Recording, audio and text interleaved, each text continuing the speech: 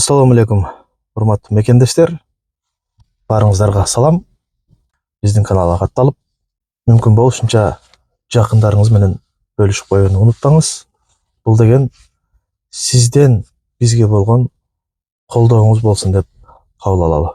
Бүгүнкү биздин айта турган тема дагы да болсо орчундуу, салмактуу темалардын бири болот деп биз так айта алабыз. Анткени бул инсандын өзүнүн белгилүү орду бар. Саясатта такшалган салмактуу инсандардын башсабында турат.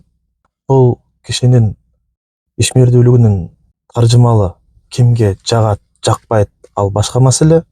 Бирок бул киши жөнүндө айтылган ар тараптуу соңку кабарлар, эмнелер болду, дагы эмнелер күтүп турат, бул жалпы коомчулукка абдан кызыктуу экенин баарыбыз билебиз. Мына өзүңүздөр билгендей, Адахан Кимсанбаевич абактан 26 апрелге караган түнү саат 12-де бошотулду.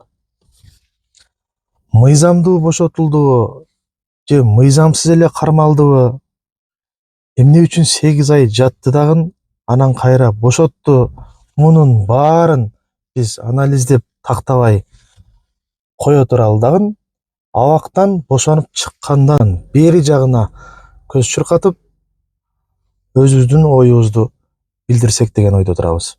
Бирок бул кишинин депутаттык мандаттан дагы айрылганы белгилүү болду. Бул да болсо мыйзамдуубу же мыйзамдуу эмеспи? Сөзсүз пикир калтырыңыз. Кээ бир билармандардын билдирүүлөрүнө кулак төшөй турган болсок, бул белгиленген мөөнөтү өтүп кетти. Азыр арыз менен кайрылып, даттанып, мандаты боюнча күрөшүүгө кеч болуп калды.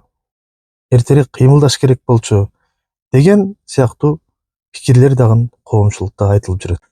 Эми албетте ар кимдин өзүнүн пикири, ар бир инсандын жеке көз карашы, өзүнүн акылы жетишинче айтканга толук кандуу укугу бар. Адахан Кимсанбаевичке өкүм чыгарылып, колуна тийгени 16 апрель 2024 жыл. Ошол күндөн баштап эсептеле баштайт. Толук ал кишиде даттанууга 30 күндүк мөөнөт болот. Өзүңүздөр билгендей, бүгүн 27 апрель 2024 жыл. Демек, мөөнөт өтпөй эле Мадумаров өзү баса белгилеп айткандай, дагы убактысы бар. 16 майга чейин бул киши даттанууга толук мүмкүнчүлүгү бар. Башкача айтканда, мөөнөтү өтүп кете элек. Негизи кандай гана тема болбосун, толук ишенимдүү билбейсиңби? Айтпай эле койгон туура болот, адилеттүү болот. Мисалы, Адахан Кимсанбаевич саясат чөйрөсүндө өзүнүн ишмердүүлүгүндө татыктуубу же татыктуу эмеспи, ал өзүнчө маселе. Бирок биз калыс көз караш менен айта турган болсок, азыркы күндө Мадумаров мырзанын толук кандуу мүмкүнчүлүгү бар. Эмнеге мүмкүнчүлүгү бар? Анткени бул кишиде 16 май 2024 жылга чейин ойлонгонго жетишет. Өзү айткандай, адвокаттары менен кеңешкенге убактысы бар. И ошонун негизинде даттанууга дагы толук убактысы жетерлик деп айтсак туура болот. Эми ал жагын кандай болот? Тийиштүү органдар тарабынан кандай кабыл алынат? Мандаты боюнча, ошондой эле мындан ары ишмердүүлүгү боюнча бир гана жаратканга белгилүү, аны көрө жатарбыз. Эң негизгиси, урматтуу мекендештер, сиз менен биз баарыбыз бир мекенден болобуз. Бир кандашпыз. Башкача айтканда, нукура кыргызстандыкпыз.